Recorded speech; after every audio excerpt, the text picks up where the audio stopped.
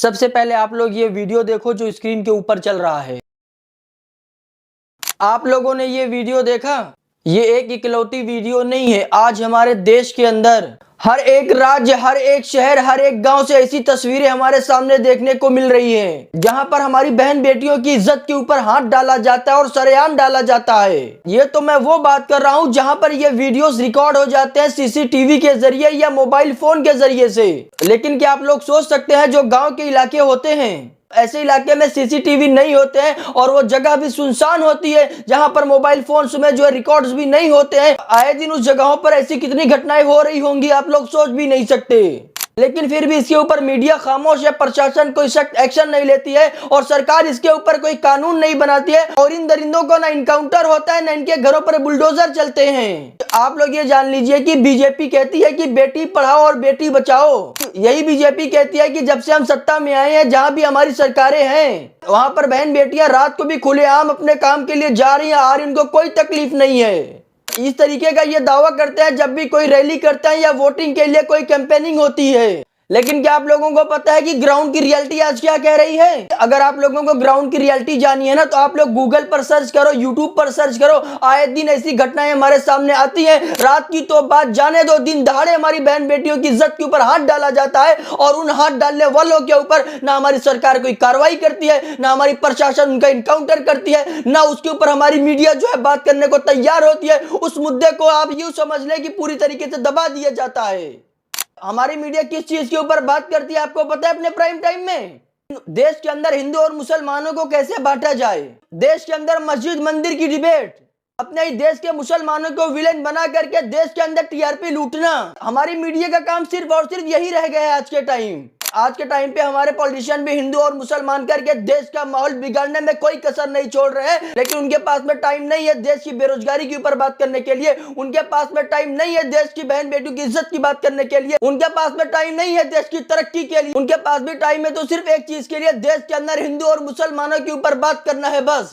और हम बात कर लेते हैं अपनी सरकार की। आज जो हमारी सरकार है उसका सिर्फ एक ही एजेंडा रह गया है, देश के अंदर किस तरीके से सत्ता हासिल करना है, देश के अंदर किस तरीके से उनको सत्ते पर काबिज रहना है बस। और इसके अलावा कोई काम नहीं है। देश के अंदर हमारी बहन बेटियों की इज्जतें लूटी जा रही है, उससे कोई फर्क नहीं पड़ता है। आज देश तरक्की करे या ना करे उससे कोई लेना देना नहीं है। हाँ, लेना देना है तो सिर्फ एक और, अब्दुल को कैसे बदनाम करना है, मुल्लों को तो हम ये कर देंगे, मुल्लावादी नहीं चलेगा। इस देश के अंदर रहना है तो जयसार बोलना होगा, इस देश के अंदर रहना है तो वंदे मातरम बोलना होगा, इस देश के अंदर अगर वफादारी निभानी है तो आपको ये बोलना होगा।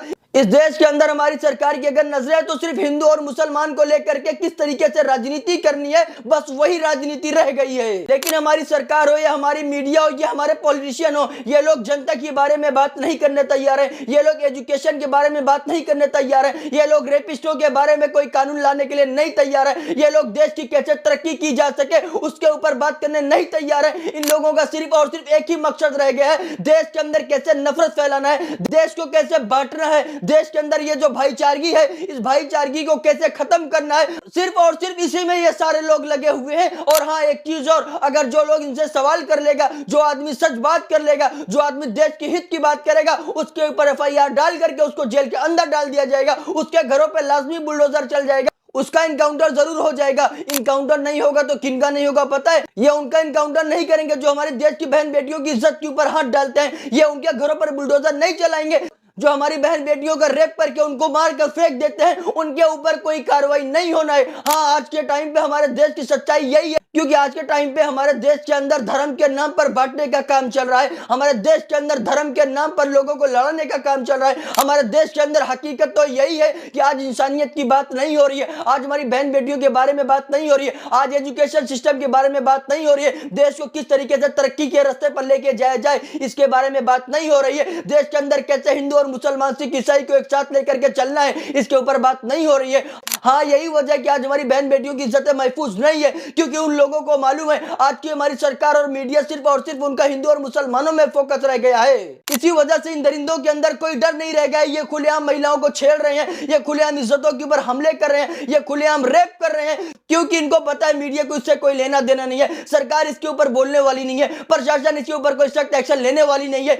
यही वजह है कि आज के टाइम पे हमारे देश के अंदर हमारी बहन बेटियों की इज्जत नहीं महफूज रही है। मैं सिर्फ इतना कहना चाहता हूं कि बेटी बेटी होती है और हर बेटी की इज्जत करनी चाहिए। और जो हमारी बहन बेटियों की इज्जत के ऊपर हमले कर रहे हैं, जो उनके इज्जतों के ऊपर हाथ डाल रहे हैं, उनके ऊपर सख्त सख्त एक्शन होना चाहिए, उनका इनकाउंटर होना चाहिए, उनके घरों पर बुलडोजर चलना चाहिए और रेप के ऊपर एक ऐसा कानून लाना चाहिए, अगर कोई किसी का रेप करता है और ये चीज क्लियर मालूम हो जाता है, उसके बाद सिर्फ और सिर्फ उसको फांसी की सजा होनी चाहिए। इस तरीके से एक कानून लेके आए सरकार ये जो बात करती है बेटी पढ़ाओ बेटी बचाओ, ये बात सरकार को नहीं करनी चाहिए। सरकार को सबसे पहले बेटी के रेपिस्टों को सजा देनी चाहिए और वो सजा होनी चाहिए फांसी की। जितने भाई हमारे चैनल पर नए हैं उस चैनल को सब्सक्राइब करके हमें सपोर्ट करें।